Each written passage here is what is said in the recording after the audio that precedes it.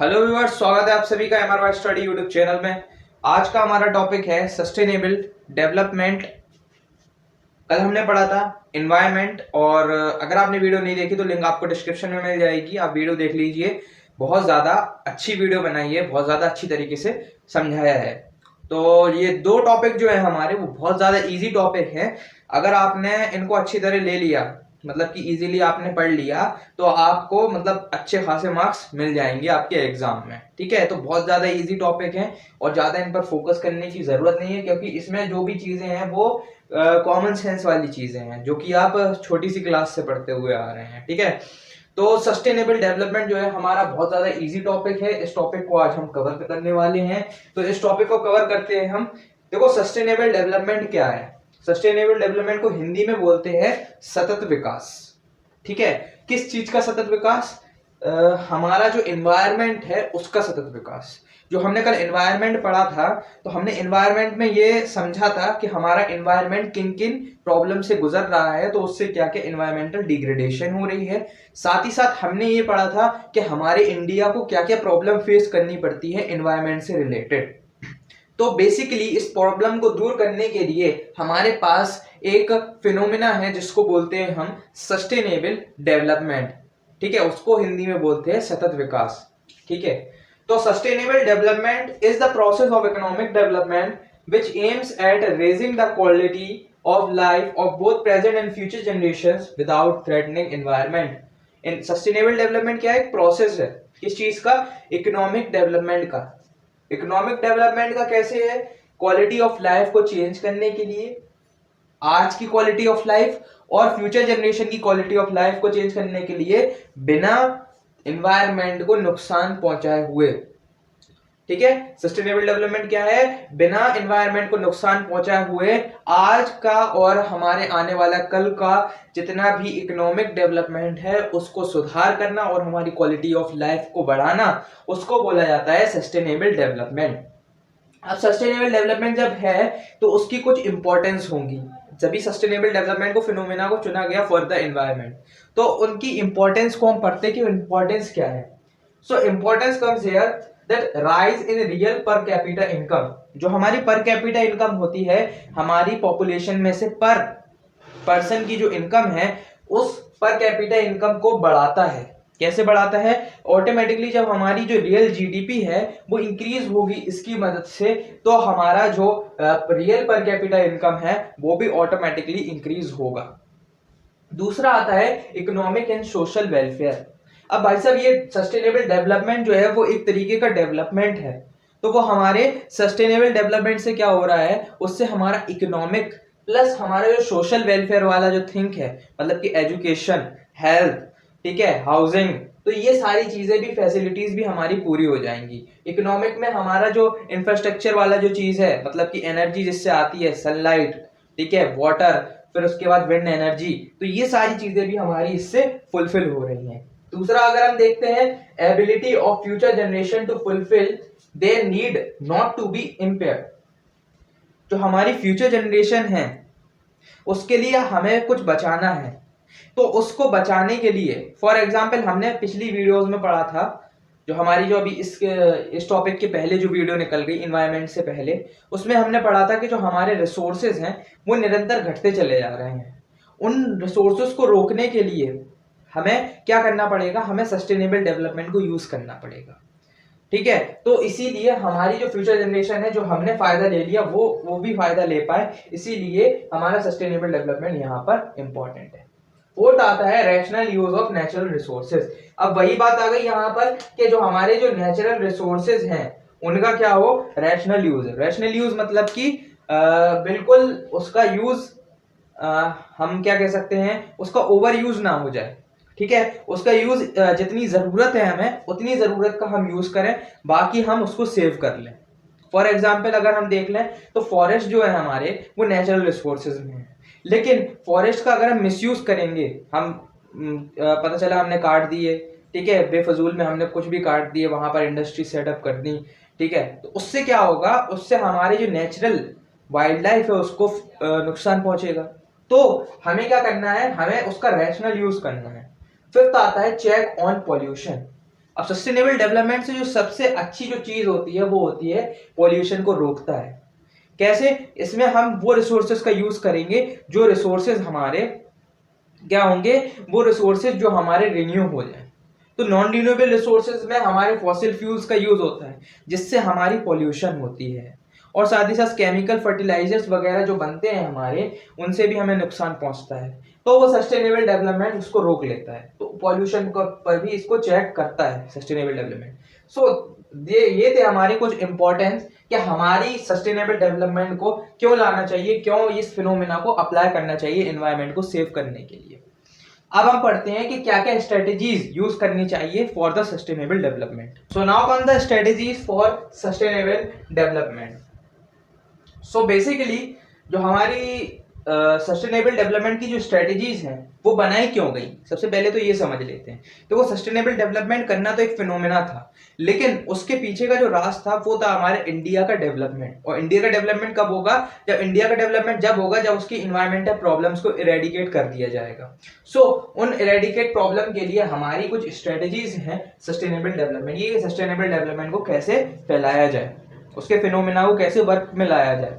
तो देखो कुछ स्ट्रेटेजीज में जो हमारे सिलेबस में जो पर्टिकुलरली दी गई हैं, और अगर आपसे अगर एग्जाम में पूछी जाए तो आप इन्हीं स्ट्रेटेजीज को लिखिएगा, ठीक है? बहुत ही ज्यादा इजी है। देखो सबसे पहला आता है use of non conventional source of energy. हमने दो सोर्स पढ़े थे एनर्जी के, कन्वेंशनल सोर्स और नॉन कन्वेंशनल सोर्स। सो कन्वेंशनल सोर्स में हमारे कौन से आते हैं? पेट्रोलियम, कोल, इलेक्ट्रिसिटी जो किससे बन रही है, जो इन्हीं से बन रही है, जैसे थर्मल पावर एनर्जी हो गई हमारी, ठीक है, और नेचुरल गैस वगैरह। तो ये सारी क्या है हमारी, ये हमें क्या कर रही है, हार्म कर रही है। कैसे हार्म कर रही है? जैसे फॉर एग्जांपल अगर हम ले लें तो जो थर्मल पावर एनर्जी जो बनती है तो उसमें क्या होता है कि बहुत अमाउंट का पोल्यूशन क्रिएट होता है। कैसे? कार्बन डाइऑक्साइड रिलीज होती है। कार्बन डाइऑक्साइड जब रिलीज होती है तो उसमें क्या होता है कि हमारे वो एटमॉस्फेयर में पहुंचती है, और CO2 जो है वो ग्रीन हाउस इफेक्ट करती है, क्योंकि वो ग्रीन हाउस गैस है, ठीक है? तो उससे ग्रीन हाउस इफेक्ट होता है और उससे ग्लोबल वार्मिंग हो सकती है। तो दूसरी तरफ अगर हम देखें तो non conventional source of energies जो है हमारे, फॉर एग्जांपल सनलाइट हो गई, ठीक है, उसके बाद हाइडल पावर एनर्जी हो गई, उसके बाद हमारी विंड एनर्जी हो गई। तो ये क्या है, ये हमारे कुछ नुकसान नहीं पहुंचाती, और ये हमारी क्या है, ये इको फ्रेंडली है।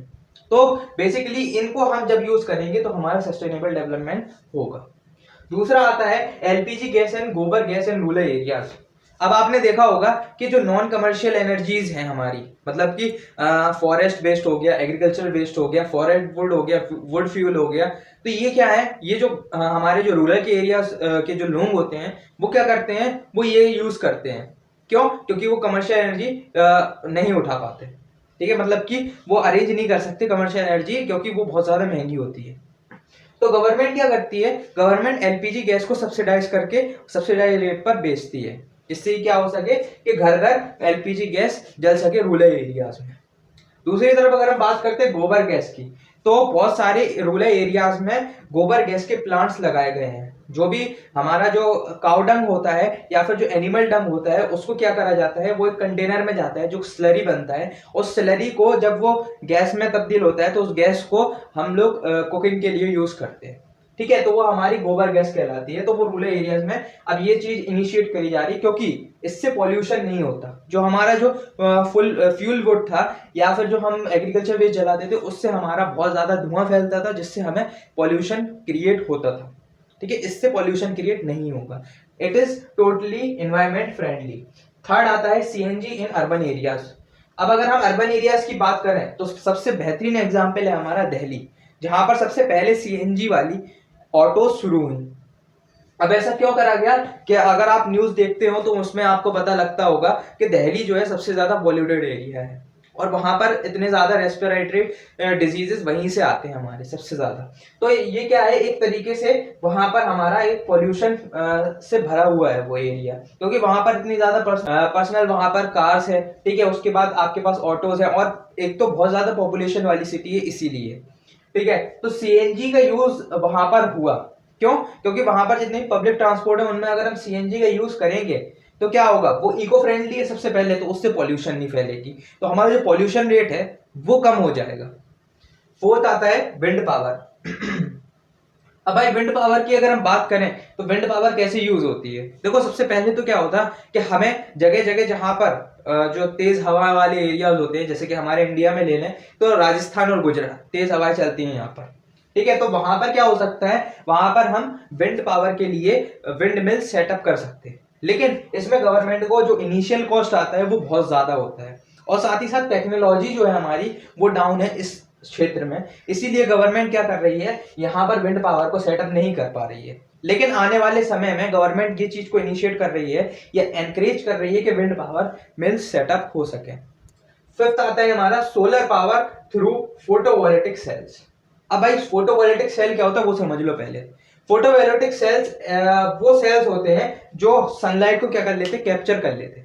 फॉर एग्जाम्पल अगर हम देखें तो हमारी बॉडी को भी सनलाइट की बहुत ज्यादा जरूरत है। हमें सनलाइट से विटामिन डी मिलता है। कैसे मिलता है, अगर हम फॉर एग्जाम्पल अगर विंटर सीजन है तो हम लोग सनलाइट में जाते हैं और सनलाइट अपने अंदर जो हमारे जो बॉडी होती है वो कैप्चर कर लेती है in the form of vitamin D. और अगर हम देखें तो प्लांट्स भी फोटोसिंथेसिस प्रोसेस के लिए सनलाइट को यूज करते हैं। उसी तरीके से फोटोवोल्टिक सेल्स होते हैं कुछ हमारे, जो मतलब कि टेक्नोलॉजी से बनाए जाते हैं, ठीक है। तो फोटोवोल्टिक सेल्स क्या करते हैं, वो कैप्चर कर लेते हैं सनलाइट को और उसको कन्वर्ट करते हैं इसमें इलेक्ट्रिसिटी में। तो ये क्या है, इसमें जो हमारा कॉस्ट आता है वो ज्यादा कॉस्टली नहीं रहते, ठीक है, ज्यादा कॉस्टली नहीं रहते। और रूरल एरियाज में गवर्नमेंट इसको इनिशिएट कर रही है क्योंकि रूरल एरियाज में अभी इलेक्ट्रिसिटी नहीं पहुंची है, तो सोलर पावर के जरिए वो पहुंच सके। अब इसमें गवर्नमेंट द्वारा एक अलायंस चलाई गई है जिसको हम बोलते हैं international solar alliance. International solar alliance जो है हमारी, वो क्या करती है, वो गवर्नमेंट के साथ मिलकर इस क्षेत्र में काम करती है। मतलब कि जो हमारे जो जहां पर जो रूरल एरियाज हैं वहां पर बिजली पहुंचाना किसके जरिए, सोलर पावर के जरिए। सिक्स्थ आती है मिनी हाइडल पावर।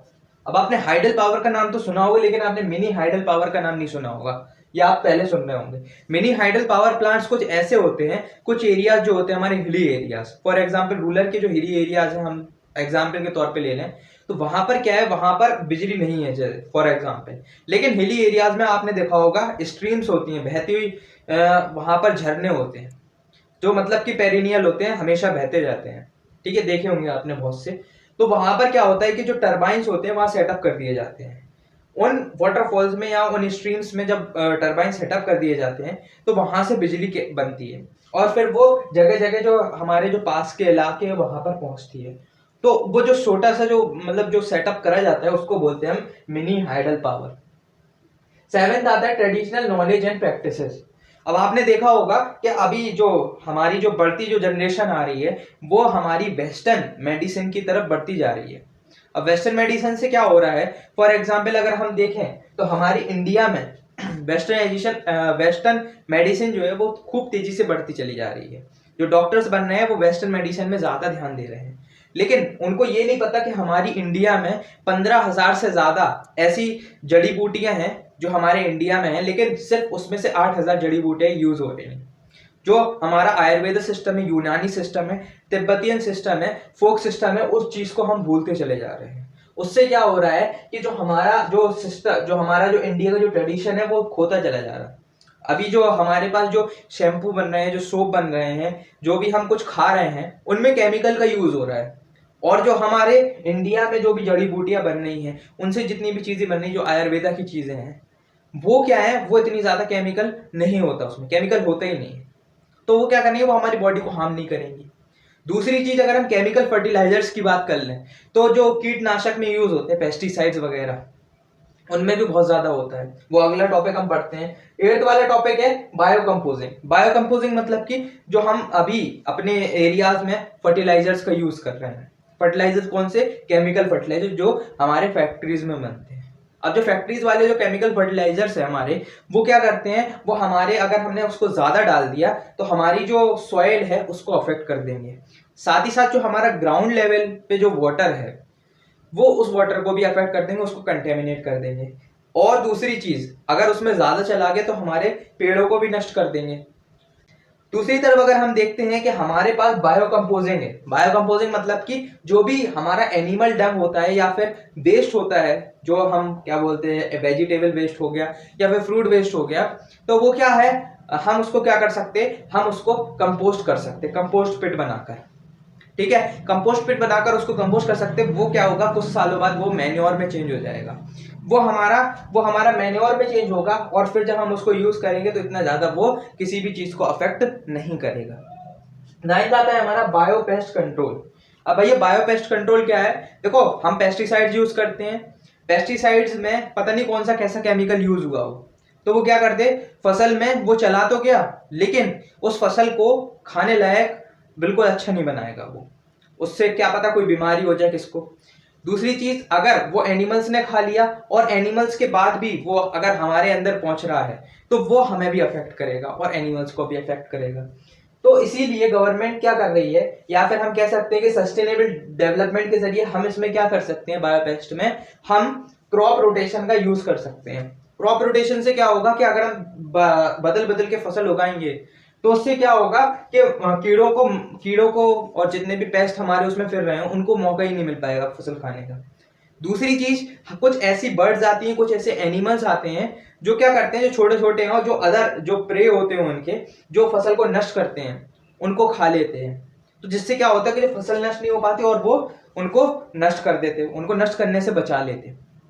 ठीक है, तो ये थे हमारी कुछ स्ट्रेटेजीज ऑफ सस्टेनेबल डेवलपमेंट जो हमें यूज करनी चाहिए। अब अगर हम इसको यूज करेंगे तो जरूर हमारा जो एनवायरनमेंट है वो क्लीन होगा, साथ ही साथ जो हमारी एनवायरमेंटल डिग्रेडेशन की जो प्रॉब्लम है, और उसमें मेनली हमारे इंडिया में लैंड डिग्रेडेशन की जो प्रॉब्लम है वो हमारी इरेडिकेट हो जाएगी, तो उससे हमें बहुत ज्यादा फायदा होगा।